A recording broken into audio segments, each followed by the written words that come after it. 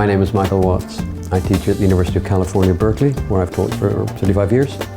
I first went to Nigeria in the early 1970s in the aftermath of the Biafran Civil War, and I've been going back very regularly since.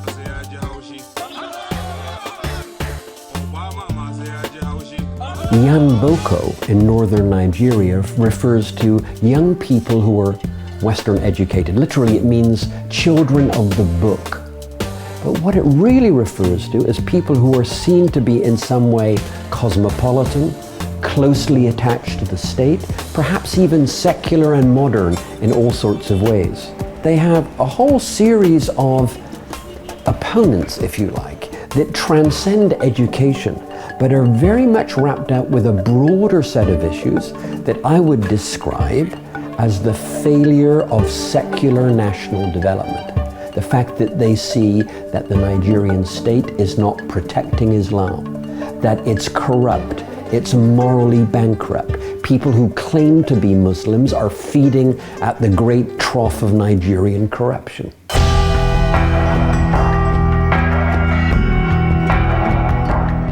They've gained force and strength through military training and perhaps other sorts of resources from these global jihadist groups. But in my view, they're primarily local in character.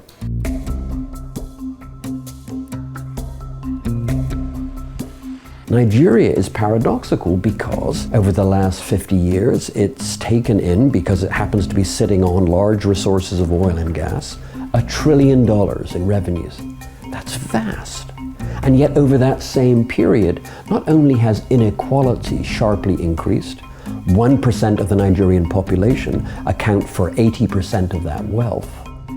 In the northern states, where Boko Haram is most active, current poverty rates are in excess of 80% of the population. So when I talk about a catastrophic failure of development in the face of this oil wealth, it's really quite dramatic and astonishing.